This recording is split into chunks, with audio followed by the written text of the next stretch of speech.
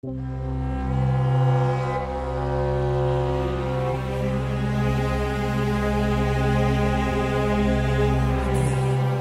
does this work? Got a gas-powered bike, and I'm still huffing and puffing. That's because up these steep hills, this thing won't make it. A couple of the smaller hills, it struggled, but it made it.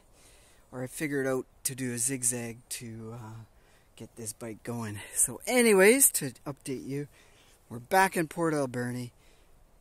I got called into work for a night shift, and I decided I'm going to take this bike instead of pedal bike or walk, or, got to get some exercise. And this is an exercise. This is pretty bad. So far, it looks like it's going to be a good 5 to 10 minutes quicker, the gas bike, than the pedal bike. So we'll see. I'm almost there. I'm a couple minutes away. It usually takes me 35 minutes to get here, and it's taken me 17 to get to this point. Maybe 3 to 5 to on the other side of this bush, ravine, creek.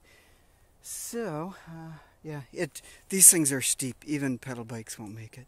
So you have to walk it up. And a little heavier than what I expected, at least when you're pushing on a hot day that's hitting the 90s in Fahrenheit. Anyhow, yeah, blah, blah, blah. We'll fire it up. Had a drink. Can hit the other 3 minutes and see. So, yeah. Oh, yeah, look at my burn. 3 days after, that's my burn. Don't touch the exhaust. I probably left some skin on it besides the melted bag that's on there. Who knows? Anyhow, yeah, I should wrap that in header tubing, exhaust header tubing, so it doesn't get as hot. I think that might be a plan of attack. And it needs a bracket to hold that up. But that's maybe next bike. So far, it made the trip, so, yeah, awesome. Okay, we get a wonderful lunch break, but check this out. See smoke here? There's a fire on the other side of this mountain pass, and it's blocked the road. And you know what? This is life in the middle of nowhere. The problem with this is that that's the only road in and out of the city to get to mainland and to the other main city. If you go the other direction where the highway leads, it goes out to the ocean and pretty much middle of nowhere. So if this were to burn and we'd be trapped here for who knows how long, they would have to port people in, or goods in and goods out. They'd have to use the front port, and it is a deep sea port, so you can bring in some pretty big ships here. So island life, that's what happens.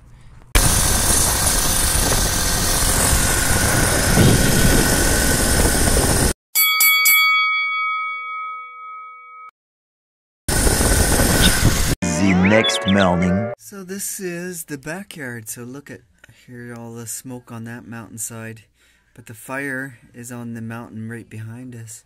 But it's getting stronger. Wow, surprising. And the road is definitely closed off for quite a while, maybe now. Out of the Alberni Valley due to the highway closure. 160 people stayed at Echo Center, while 50 school students slept at ADSS, and others stayed in their cars and campers in parking lots around town. Emergency Operations Director Daniel Sayond says the situation evolved quickly. So at 9 o'clock, we thought we were only going to be hosting about 20 people at Echo Center, and between 9 and 10:30, that 20 turned into 130. We don't know how many people were supporting. For a small town, that's a lot. When the numbers started rolling in towards the end of the night. The next day. Right. This is the second day since the fires closed the road here. And the smoke has dispersed a little more because it's getting windy. So now it's spread out.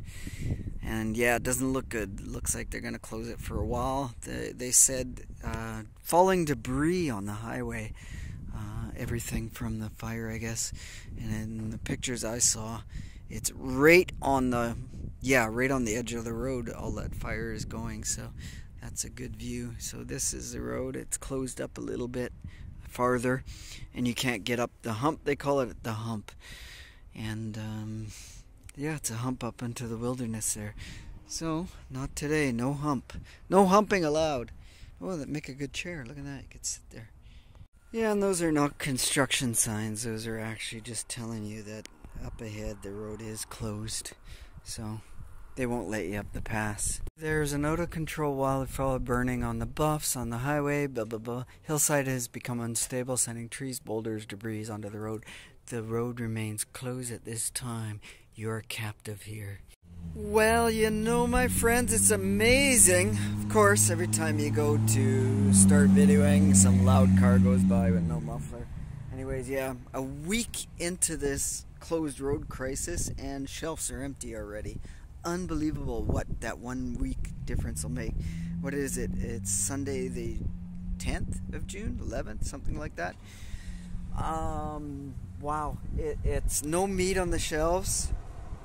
Hit and miss on produce, milk, yeah, nothing. People are panic buying, that's the biggest thing. I heard some gas stations are limiting gas, like only a couple gallons and stuff like that is what I understand. Is still a bit of a haze of smoke in the air. I don't know if you can see it along the mountainside. That's where the fire is. It's about 12 kilometers, which is what, 6-10 miles away, the fire, something like that. I don't know, but it's really close. But it's on the other side of the mountain, so we're not going to get it here. They are preparing an emergency road. It's through the forest section, for logging roads and stuff like that. It's a 60 miles to get to Port Alberni from the other main city here. Normally it's about an hour-ish, but the logging road is 4 hours, they say, to get through it, and very dangerous. There's been some accidents on their trucks because it's got soft ditches. A few trucks have went off the edge of the road and stuff, so then they gotta come in and clear the road because some places are single lane on that road, so it's very dangerous. So emergency use only. Firefighting crews continue to work on the 2.5 square kilometer fire dumping water from the lake. It looked like lava coming down the mountain. Very scary. Then lots of action here. The fire is adjacent to Highway 4, which has been closed for about a week. The only paved route in and out of many Western Island communities, including Tofino, Ucluelet, and Port Alberni. Accident along the route and poor conditions. Highway 4 was closed after an accident along the route and poor conditions. Actually, the funny part of this is when I came back to Port Alberni from Vancouver Sunday morning, I drove through at 7 o'clock in the morning to go to work, and that fire started, they say, between 6 and 6:30, or they estimate 6:20. So it had just started when I drove through, so I'm lucky I made it through without being... I wouldn't have been able to get back home. I would have had to go to Vancouver and cancel work and whatever, which maybe is not a bad thing anyway. Yeah, I know, blah blah blah. Are we gonna end this video? I don't know. I got bread anyways. I managed just a loaf of bread. That's dinner. Okay, so this is an example of what happens when the only road in town closes and you can't get supplies. That's right, no gas. So some of the stations in town do not have any gas. For a couple days there was a gas limit. You were only allowed $25 or something. Every station was a bit different, and you can see maybe, or you can't see, this sign says 00, and yeah, it's closed off. So there's only a couple places in town that have gas now.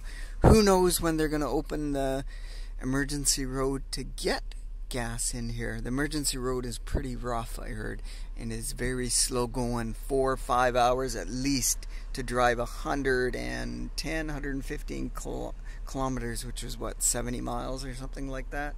Speaking of gas, the gas powered bike, I've been using it all week to go to work, run around, whatever, and this tank, it was $4 to fill it. Actually, it was almost overfill. It was spilling out. I've used half of it, maybe $2 in a week. It's been better than the van, that's for sure, for gas. Overall, it's been holding up. The chain's rubbing a bit there. The tires got a bit of rub, so it does need some adjustments, which is not a surprise, but I don't think it's going to happen. I think I'm going to change this over to the other frame now that I'm here back in Port Alberni. The better frame, because this one at 30 miles an hour, yeah, you're hanging on and you're hoping your balls live through it. So other than that, yeah, sometimes these lock nuts on the gear needs adjusting too, tightened up, because they don't lock very good is my understanding. And I noticed before they came loose a little bit. I have to go to the aluminum hub. It is much better. My tire seems to be going low. Maybe I ran over a rock. I didn't notice that when I left today, but now it's, look at, yeah. Anyways, yeah, I know, blah, blah, blah, guys. Anyways, yes, I did get some building done this weekend, model car building, so that'll be my next video. Yeah, I've been having fun on the bench. Anyways, we're back home. Let's call it a day. Let's go inside and say cheers and stay awesome and all that good stuff. End the video. So, I guess this means we'll end the video. We're going to go work on this, the Haul-Away hauler. We'll upload that video next. And then, I think we made a decision. We're going to start the Mustang build this weekend. So that will be the fun coming. What is this weekend? June? I don't know. First weekend of June. I lose track of time. That's what happens. Anyways, my friends, stay awesome. No cheers. It's nighttime. I'm going to go blah, blah, blah, blah. Yeah, see? I'm so tired I can't even talk. So stay awesome until next video.